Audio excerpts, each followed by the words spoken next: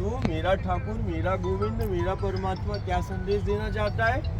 वो मुख में माटी को रखता है और माटी का मान बढ़ाता है, और मुख में माटी को रखकर माटी के एक एक कण में छिपी जीवन शक्ति को बताता है, और माटी के एक एक कण में छिपी ब्रह्मांड की समर्थता को बता दिया। मेरे ठाकुर, मेरे गोविंद ने माटी का मान बढ़ा दिया, और माटी हमारा अस्तित्व है ये सारी दुनिया को बता दिया। ये है लीला, है ना, कि बिन माटी के और बिन पानी के हमारा कोई अस्तित्व नहीं, ये मेरे कृष्ण ने बताया।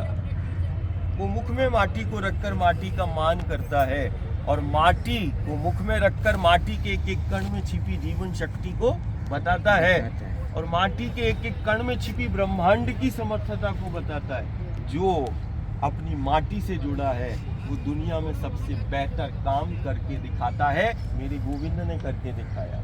तो जो माटी से जुड़ा है और जो माटी से, तो माटी का जो मान करता है, ये दुनिया का सबसे असाधारण माटी है। देखो हमारे गलत जीवन शैली, गलत आचरण के कारण आज हम मिट्टी की हम क्या स्थिति कर दी। देखो दुनिया के सबसे असाधारण जल में आज वो जहर घुलता हुआ नजर आता। तो इसमें जहर नहीं घुल रहा, हमारी पीढ़ी, हमारे समाज में जहर। आज बच्चे सांसें नहीं ले पा रहे हैं, आज बच्चे ठीक ढंग से चल नहीं पा रहे। हमारी सिर्फ प्रार्थना है कि अब, और दिल्ली तो ये है कि सिर्फ देश का नहीं, दुनिया का केंद्र है ये, हमारे देश का दुनिया का केंद्र है। क्या हम सारी दुनिया को ये कह सकते हैं कि नदियों को माँ कहने वाला देश, क्या माँ जिसको हम कहते हैं उसके पथ को सबसे बेहतर और सबसे बेहतर बना के सबसे बेहतर जीवन कैसे जीना है, ये मुझे लगता है दिल्ली वासी के लिए सबसे बड़ा यज्ञ होगा।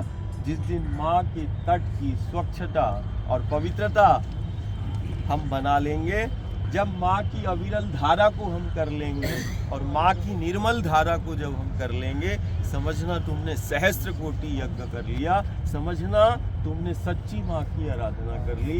इसी, और यदि इसकी समर्थता को देखना जानना है तो हम सबको बोलते हैं चलो उसके पथ पर जिस पथ पर गुरु गोविंद चला है। चलकर सिर्फ जीवन ही नहीं मिला, आत्मनिर्भर ही नहीं किया, इस पथ पर चलने से परमात्मा भी मिला। जीवन तो मिला ही है, लेकिन दुनिया के अंदर सिर्फ एक पथ है जहाँ जीवन के साथ साथ वो परमात्मा ईश्वर प्रत्यक्ष मिल जाता है। ये युग और सदी साक्षी है। तो जीवन भी मिला, ईश्वर भी मिला। ये वही पथ है जहाँ जीवन मिलता है, ये वही पथ है जहाँ परमात्मा और ईश्वर बारंबार आता है ना। तो विसर्जन सृजन के द्वार पर नहीं, सृजन के द्वार पर विसर्जन। और इसको सिर्फ औपचारिकता ना करें, हमारे जीवन में हम इसको धारण कर लें कि नर्मदा के तट हो, गंगा के तट हो या यमुना के तट हो, स्वच्छता पवित्रता को अपने जीवन का हिस्सा बना लें। औपचारिकता से कुछ नहीं कि कोई एक महीने में आ गया या कोई इधर आया तो फिर आप आ गए, फिर आपने स्वच्छता का संदेश दे दिया, पवित्रता का संदेश दे। ये आज खुशी इस बात की है कि वो बच्चों से जब पूछा कि नहीं सप्ताह में अपना दिन निर्धारित करे। जैसे मठ और मंदिर में आप मंगलवार शनिवार जाते हैं, वैसे ही मंगलवार गुरुवार शनिवार इस द्वार को ही द्वारका माई जाने, इस द्वार पर ही द्वारकाधीश है। यदि मठ और मंदिर में हम जाते हैं तो अब यमुना के द्वार पर भी सामूहिक रूप से हम सेवा के लिए हम मंगलवार गुरुवार शनिवार आ जाए, तो मुझे लगता है कि बहुत सारी समस्याओं का समाधान हो जाएगा। यमुना मैया की जय।